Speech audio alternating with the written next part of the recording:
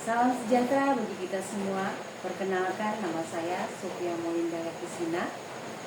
Saya adalah dosen pada Prodi Akuntansi Fakultas Ekonomi Universitas Nias. Pada kesempatan ini saya akan memberikan video pengajaran yang dibuat untuk melengkapi persyaratan sertifikasi dosen tahun 2025. Pada pernyataan diri dosen dalam unjuk kerja Tridharma Perguruan Tinggi dalam bidang pengajaran. Dalam video ini saya akan menyampaikan tentang mata kuliah akuntansi manajemen. Adapun capaian pembelajaran pada mata kuliah ini yaitu: pertama, mahasiswa mampu memahami dasar akan akuntansi manajemen dan lingkupnya. Kedua, mahasiswa menguasai konsep akuntansi manajemen tentang kebijakan, prinsip, dan siklus daripada akuntansi manajemen. Ketiga, mahasiswa mampu menyusun dan menganalisa laporan keuangan sesuai dengan prinsip dan standar akuntansi yang berlaku dan berguna bagi manajemen untuk pengambilan keputusan. Beberapa materi yang akan disampaikan dalam mata kuliah ini antara lain: pertama, karakteristik akuntansi manajemen, perilaku biaya, penentuan harga pokok produk, perhitungan biaya berdasarkan pesanan, analisis hubungan volume biaya dan laba, biaya relevan untuk pengambilan keputusan, penentuan harga jual, pengambilan keputusan penanaman modal, sistem pengendalian manajemen, penyusunan program dan anggaran, analisis penyimpangan, penentuan harga transfer, dan balance scorecard. Selamat siang semuanya. Siang, Bu. Oke, kita ketemu lagi di hari yang cerah ini. Kita akan lanjutkan dengan materi pelajaran kita dalam mata kuliah akuntansi manajemen. Ibu mau nanya juga dulu, tugasan kemarin sudah dikumpulkan? Sudah, Bu. Apakah ada kesulitan dalam mengerjakan soal-soal itu?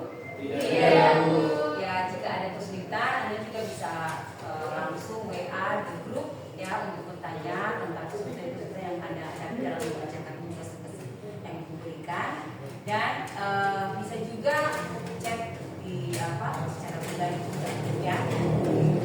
Sekarang sebelum kita mulai ya,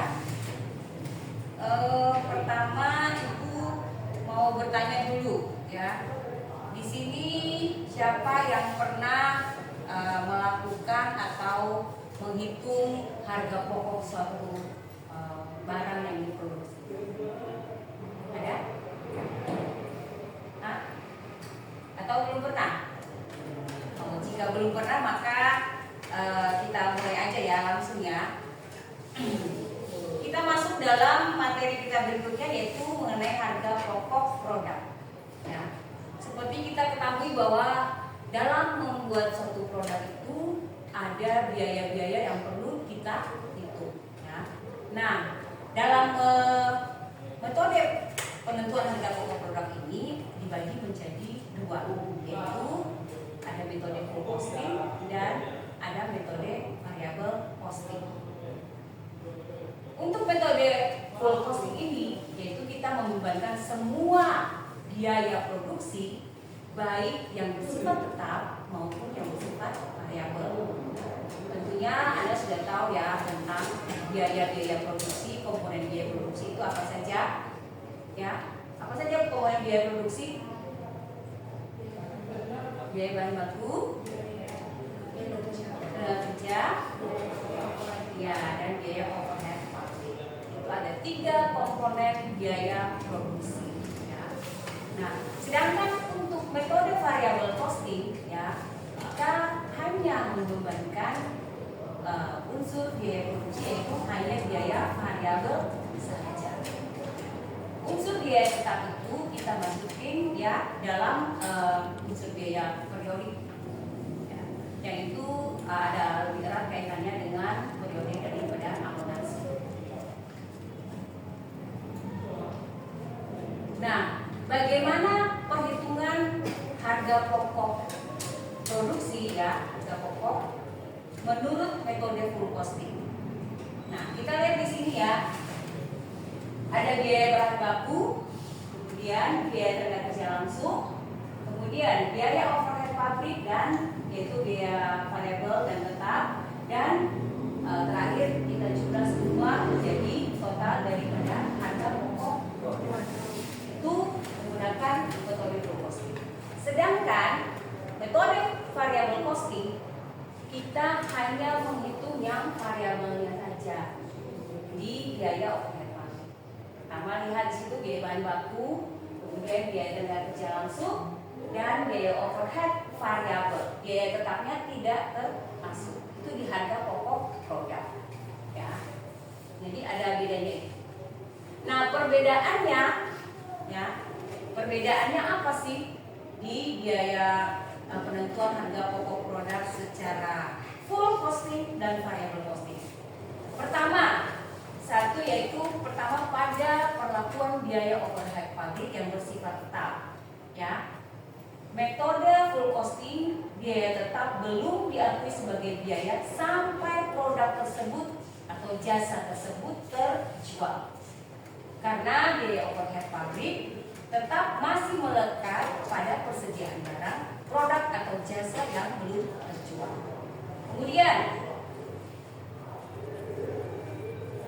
pada metode variable costing, biaya overhead pabrik tetap langsung diakui sebagai biaya pada saat terjadinya biaya. Pada metode variable costing ini, dia melakukan biaya overhead pabrik sebagai biaya periodik. Ya, kita langsung ya lihat nih di sini ada perbedaan juga dalam penyajian laporan laba rugi. Seperti kita ketahui bahwa laporan laba rugi dibuat untuk melaporkan operasional daripada suatu usaha. Ya. Nah, kalau pada metode full costing, biaya dikelompokkan berdasarkan fungsi pokok ya atau fungsi produksi ya. Sedangkan fungsi pemasaran, kemudian fungsi administrasi umum. Sedangkan metode variable costing, biaya digolongkan berdasarkan perilakunya terhadap volume kegiatan perusahaan. Jadi seberapa besar tingkat produksi daripada kegiatan perusahaan tersebut itu diberlakukan. Kemudian pada perhitungan laba rugi, metode full costing digunakan istilah laba kotor atau kelebihan hasil penjualan dari harga pokok penjualan. Sedangkan pada metode variable costing dipergunakan istilah margin kontribusi, yaitu kelebihan hasil penjualan dari biaya variabel. Nah, kita lihat di sini. Kalau perusahaan setelah dia melakukan produksi, mungkin dia melaporkan ya operasional kegiatannya dengan menggunakan atau membuat laporan laba rugi. Ini contoh laporan laba rugi dengan menggunakan metode tersebut, metode full costing seperti ini ya. Hasil penjualan beri harga ditambah dengan harga penjualan itu dikurangi ya, dapat harga laba total. Kemudian ada biaya pemasaran, biaya administrasi umum dikurangi ya, maka diperoleh laba. Sedangkan untuk variabel costing berbeda, tidak seperti yang dilakukan oleh full costing. Di sini biaya variabelnya saja yang dihitung. Harga pokok penjualan, berapa yang dijual ya. Kemudian biaya pemasaran variabel, kemudian biaya administrasi dan jual variabel.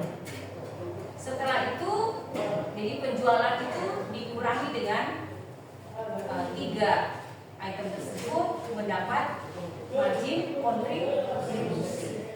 Atau kalau di full costing itu istilahnya laba kotor ya. Nah, setelah itu margin kontribusi dikurangi dengan biaya-biaya tetap. Biaya overhead pabrik tetap, biaya pemasaran tetap, biaya administrasi dan umum tetap, maka hasilnya bisa menemukan laba. Nah, dari sampai di sini ada yang mau bertanya? Mungkin tentang perbedaan itu full costing sama variable costing. Ada pertanyaan Mbak? Tadi dari penjelasan Ibu mulai dari penentuan harga pokok produk, Ibu sudah menjelaskan tentang dua metode tadi. Ada metode full costing juga ada metode variable costing. Jadi sempat tadi menyinggung tentang margin kontribusi gitu. Jadi di sini saya punya pertanyaan Bu, apa sih manfaat dari margin kontribusi di perhitungan harga pokok itu secara variabel? Oke, benar ya. Mungkin Anda bertanya-tanya margin kontribusi itu apa dan kenapa hanya ada di variable costing, ya, atau penentuan harga pokok secara variabel. Nah, manfaat margin kontribusi itu banyak ya. Antara lain, pertama dia membantu untuk penentuan harga jual. Ya.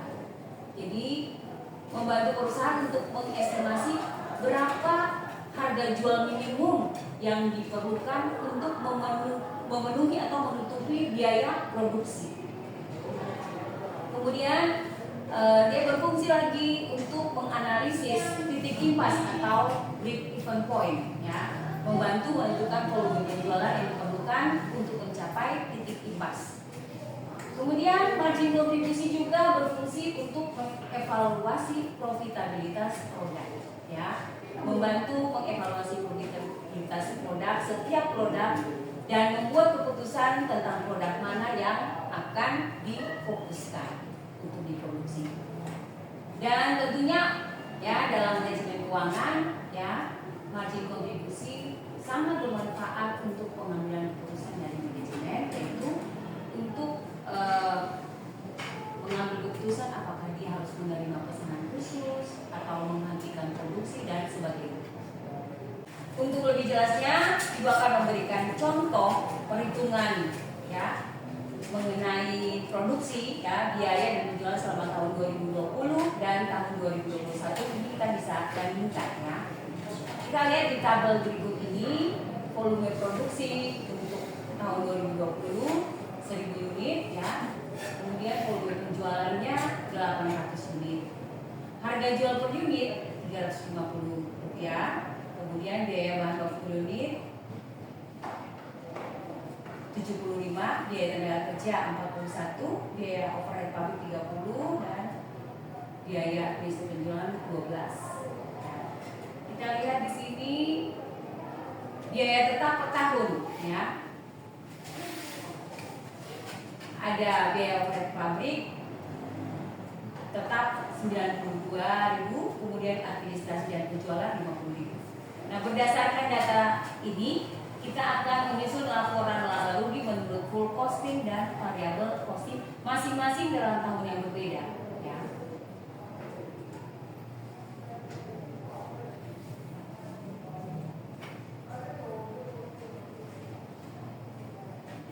Iya, menurut full costing ya, kita hitung penjualan tadi 800 unit ya, maka hasil penjualannya 280, yaitu 800 kali harga jualnya 350. Harga pokok penjualannya kita tentukan di sini ya, ada persediaan awal, kemudian biaya bahan bakunya sekian, biaya tenaga kerja, biaya overhead pabrik variabel, kemudian biaya overhead pabrik karena ini menggunakan full costing, jadi dua-duanya variabel dan tetap digunakan. Total biaya produksi ada 238.000. Kemudian barang yang siap dijual juga adalah 238, yaitu 800 unit. Persediaan akhir 47.600, yaitu 200 unit ya, sisa tadi ya 200 unit ya dari 1000 yang diproduksi. Kemudian Ibu koreksi lagi ya, ini tadi barang siap dijual yaitu 1000 unit ya, karena diproduksi 1000 berarti 1000 juga yang siap untuk dijual.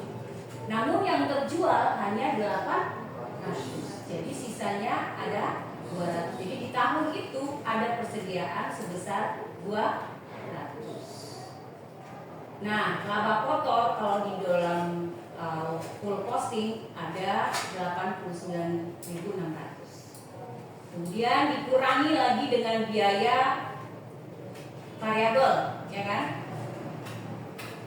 Dan biaya tetap.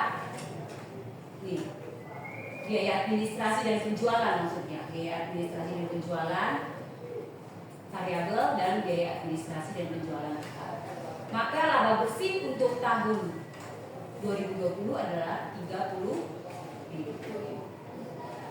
Kita bandingkan dengan yang variabel, metode variabel costing.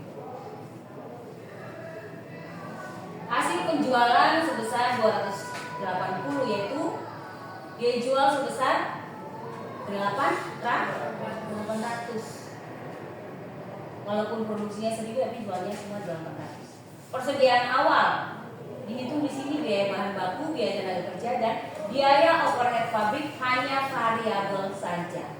Jadi lebih kecil, ya kan, daripada metode full costing. Nah, jadi biaya produksinya ada berapa? 146.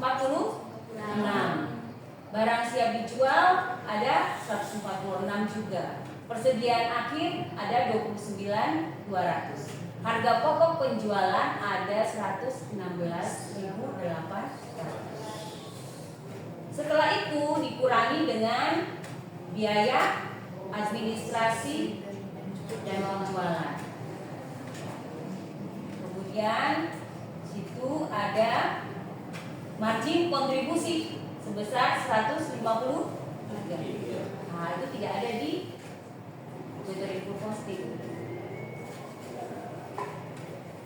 Setelah itu margin kontribusi dikurangi dengan biaya tetap, yaitu BOP tetap, dan biaya administrasi dan penjualan tetap. Maka laba bersih adalah 11.600. Kalau pakai full costing tadi labanya berapa? 30.000. Sedangkan laba metode variable costing sebesarnya 11, lebih kecil perhitungan labanya daripada metode full costing. Kira-kira seperti itu ya contoh perhitungannya. Nah, kita kembali lagi kepada apa saja keunggulan daripada variable costing. Variable costing ini banyak digunakan oleh perusahaan-perusahaan. Nah, kenapa? Karena dalam akuntansi manajemen variable costing ini dinilai lebih baik atau lebih aman bagi manajemen dalam mengambil keputusan. Nah, apa saja keunggulan atau metode daripada metode variable costing ini? Pertama yaitu sebagai alat perencanaan operasi. Ya. Kenapa sebagai alat perencanaan operasi? Karena data tentang biaya variabel dan margin kontribusi ini memungkinkan manajemen untuk mengambil keputusan secara cepat mengenai persoalan-persoalan biaya yang dihadapi setiap hari, sehingga lebih mudah menghimpun data untuk perencanaan laba yang ditetapkan. Kemudian kedua yaitu untuk penetapan harga jual. Konsep margin kontribusi ini memudahkan perusahaan untuk menentukan harga jual untuk menutup biaya-biaya seperti biaya gaji, sewa, pajak, dan lain-lain. Makanya labanya lebih kecil. Ketiga, sebagai alat bantu untuk pengambilan keputusan manajemen. Keempat, yaitu penentuan titik impas.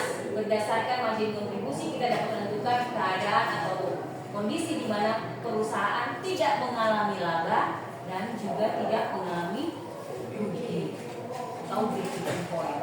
Dan terakhir yaitu menjadi alat pengendalian manajemen. Kenapa? Laporan-laporan yang disusun dapat dihubungkan lebih langsung dengan sasaran dari laba atau anggaran dalam periode yang bersangkutan. Namun selain memiliki keuntungan, variable costing ini juga memiliki kesulitan-kesulitan dalam pemisahan biaya. Ya. Terus kemudian tidak dapat diterima untuk pelaporan eksternal. Karena menurut prinsip akuntansi Indonesia, perhitungan dan pelaporan biaya produksi didasarkan pada konsep full costing. Sampai di sini kira-kira ada pertanyaan atau apa yang masih belum jelas? Saya ada sedikit pertanyaan Iya. terkait tentang laporan perbuatan full costing dan variable costing. Di sini saya ada sedikit pertanyaan.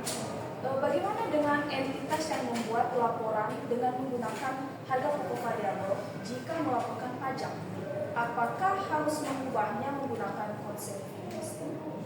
Iya, jadi untuk perusahaan yang akan melaporkan pajak, dia wajib menggunakan perhitungan dengan menggunakan full costing.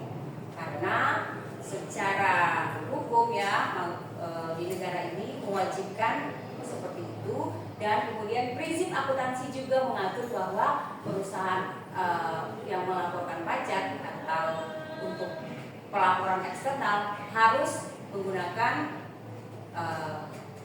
cara perhitungan dengan menggunakan full costing. Oke, ada pertanyaan lain?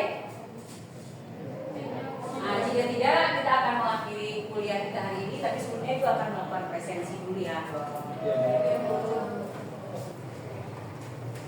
Lewi Putri, Mardiaman. Mardiaman? Hadir. Oke. Mentalisman, Halo. Misdan, Modestu, Hadir Bu. Norisman, Hadir Bu. Sititi, Hadir Bu. Benita, Hadir Bu. Yerilia, Hadir Bu. Yosua, Hadir Bu.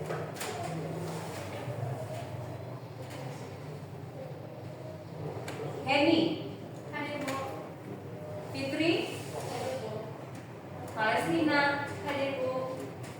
Elvin, Hadir Bu. Dorcas. Hadir Bu. Oke, semuanya hadir ya.